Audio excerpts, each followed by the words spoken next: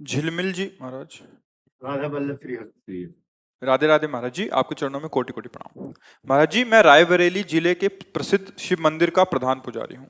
लोगों से सुना है कि शिव मंदिर का पुजारी अगले जन्म में कुत्ते की योनि में जाता है। जब नहीं से मैं उसका, आपको हाँ हाँ, प्रतिदिन सुनता नहीं हूँ। उसका विषय से लोगों से नहीं, वाल्मीकि रामायण में लिखा हुआ है कि एक बार जो है एक ब्राह्मण देवता बड़े तपस्वी, वाल्मीकि रामायण में हमने स्वयं स्वाध्याय में पढ़ा था बहुत वर्ष पहले। तो वो भिक्षा मांगने गए तो उनको भिक्षा में कुछ नहीं मिला, तो गुस्सा में आ रहे थे तो डंडा हाथ में था, एक कुत्ता पड़ा था, उसकी खोपड़ी में 2-4 डंडे जमा दिए। कुत्ते ने भगवान के दरबार में जाकर के कहा, प्रभु मेरी क्या गलती थी, मैं तो श्वान हूं, मार्ग में ही तो पड़ा रहूंगा ना। इन ब्राह्मण देवता ने बिना किसी कारण के मुझे 4-5 डंडे मारे, देखो मेरी खोपड़ी में। भगवान तो सब जीवों की भाषा जानते हैं ना। तो भगवान ने कहा मेरे दरबार में ब्राह्मणों को दंड नहीं दिया जाता, आप ही निश्चय करो कि इनको क्या दंड दें। तो उनका प्रभु यहाँ का जो बहुत श्रेष्ठ कलिंजर पर्वत है उसमें जो आश्रम है उसका इनको महंत बना दीजिए। बोले तुम तो दंड दे रहे हो या वरदान दे रहे हो? बोले प्रभु मैं पूर्व में महंत ही था, इसीलिए मैं आपको कह रहा हूं कि जब महंत बनेंगे ना और मनमानी आचरण करेंगे और भगवत अर्पित बिना किए जो भगवान के लिए आता है वो खाएंगे तो कुत्ता बनेंगे, तो हमारे जैसा इनको भी पता चलेगा कि श्वान योनि में कितना कष्ट होता है। इसका रहस्य आप समझ पाए?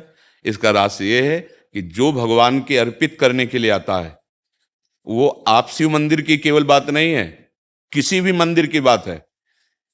ब्रज के भक्तों में चरित्र आता है। एक दिन एक विरक्त संत जो गुफा में भजन करते थे, क्योंकि जैसे गिरिराज जी है, नंदगांव है, बरसाना, यहाँ पर्वत हैं तो यहाँ गुफाएं भी हैं, संत जन एकांतिक भजन। तो वो भिक्षा मांग के आ रहे थे, पीछे से आवाज है, बाबा सुन, अगर मुझे थोड़ा टुकड़ा दे दे तो मेरी प्रेत योनि से मुक्ति हो जाए। तो ऐसे मुड़ के देखा तो कोई नहीं दिखाई दिया, एक कुत्ता दिखाई दिया, तो उन्होंने लगा शायद ऐसे कानून। फिर आज बाबा सुनो ना आए, तो फिर मुड़ के देखा कौन हो तुम? तब बोले कि जो मैं कुत्ता रूप दिखाई दे रहा हूं मैं नंदालय का पुजारी हूं। तो उनका प्रभु आप तो भगवत पार्षद हैं, आपकी ऐसी कैसे? तो उनका लाला के लिए अमनिया आता था, बिना भोग लगाए हमने उसको प्रयोग किया, तो उसके दंड में अगर आप अपनी जूठन करके दे देंगे तो अभी मैं मुक्त हो। तो बोले भैया यदि तुम्हें भगवत प्राप्ति हो रही है दोष से मुक्त, तुरंत जूठन करके उन्होंने दे दी। बात यहां समझनी, शिव मंदिर ही नहीं किसी भी मंदिर में आपके पास शिव जी के लिए जो कुछ आया है आप उनको अर्पित कर दिए, इसके बाद जो प्रसाद रूप से आप सेवन करते कभी आपकी दुर्गति नहीं हो सकती। लेकिन आया मानो जैसे जो भी वस्तु आई वो आप उसे अपने प्रयोग में बिना स्वामी को अर्पित किए, फिर वो अपराध बन जाएगा। ऐसा नहीं है, हम उन्हीं के उपासक रहे हैं, उन्हीं के आए। मुक्ति तो, अरे मुक्ति तुम यार, बहुत शिवलिंग है। अरे अरे उनकी बात जाने दो, हम कह रहे तुम अंगूठे में ऐसे भावना करके करो अभिषेक मुक्ति हो जाएगी। शिव भावना तो करो तुम, बालू की शिवलिंग नहीं बनाया जाता।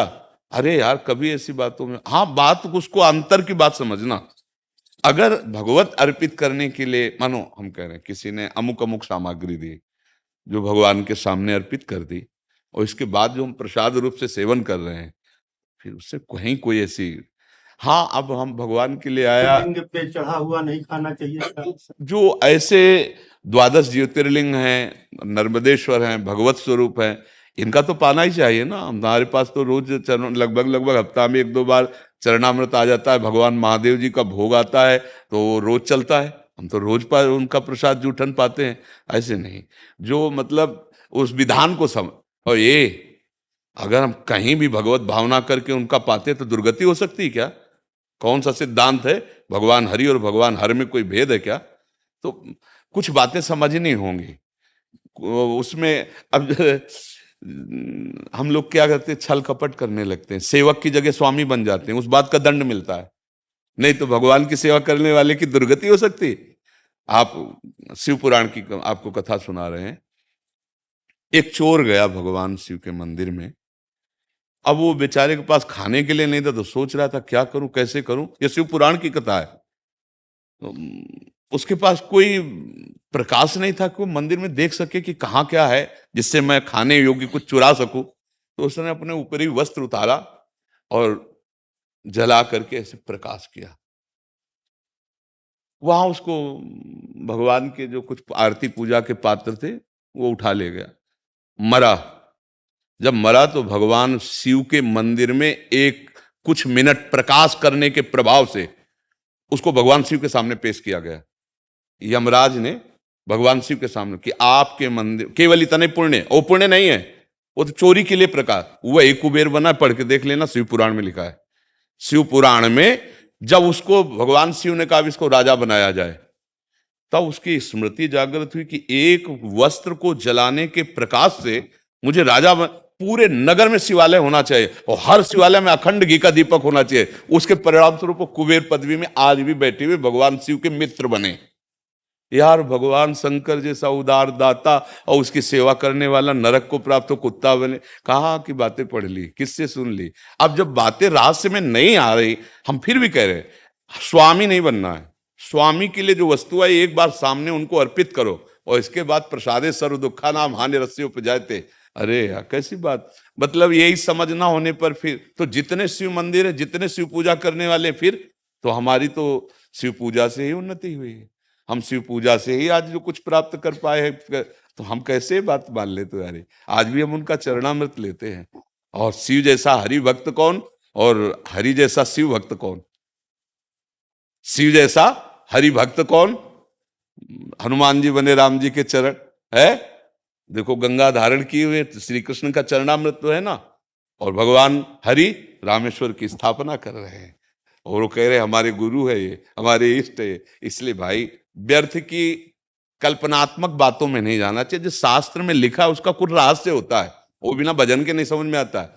शास्त्र तिजोरी है और जहां तिजोरी होती है वहां भूल भुलैया के कई मार्ग रखे जाते हैं कि वहां तक असली आदमी पहुंच पावे, नकली ना पहुंच पावे। तो शास्त्रों का रहस्य बिना तत्वबोध हुए या भजन किए नहीं समझा जा सकता। उसमें लिखा है उत्तर की तरफ, लेकिन घूम के वहीं से पश्चिम की तरफ जाना है तब वस्तु मिलेगी। अब वो अनुभवी है नहीं तो उत्तर की बात केवल करता रहेगा, पश्चिम को मुड़ने वाली पता ही नहीं। इसलिए कहा जाता है कि बिना गुरु के ज्ञान नहीं होता, बोध नहीं होता। तुम निश्चिंत रहो और भगवान शिव की आराधना करो और सेवक रहो। सेवक है, हम एक बूंद पानी भी उनको अर्पित किए बिना नहीं पी सकते। बस तुम्हारी जय हो जाएगी, कोई पराजय नहीं कर सकता। और जहां हम स्वामी बन जाते हैं प्राया, क्योंकि प्रभु कुछ बोलते तो है लैला, तो लगता है कि अजय आया कि आप ये चढ़ा दीजिए, प्रभु को आप दे दीजिए। बिल्कुल ये अब वो हमारे बाप की वस्तु हो गई, क्योंकि हमारे स्वामी है ना प्रभु। अब उनके चरणों में अब हमारा सेवक अधिकार इन्हीं से चल रहा है, समझ रहे ना।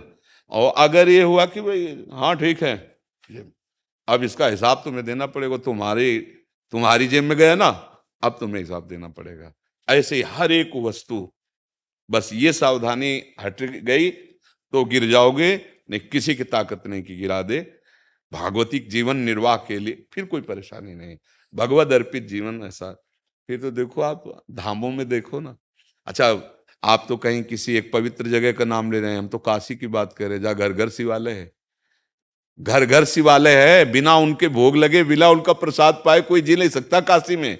जैसे यहाँ कहीं भी भोग लगाओ जय जय श्री राधे बोलना पड़ेगा, महारानी जी का धाम है, ऐसे काशी भगवान शिव का घर है। कोई घर ऐसा नहीं जहाँ शिवालय ना हो, कोई घर ऐसा नहीं जो उनकी जूठन न खाता हो। फिर सब क्या होगा ये जो आप बोल रहे हो? अगर सब हो तो फिर क्या होगा? और हर को मोक्ष मिलेगा। काशी नाथ का जो सेवक है वो मुक्तिदाता है, ऐसा खिलवाड़ नहीं है। और ऑर्डर डाले यार, एक चुल्लू जल में बिक जाने वाले महादेव जी है, उनके सेवक को भय हो कि हमारी मुक्ति होगी कि नहीं, क्या होगा कि नहीं, ऐसा नहीं सोचते।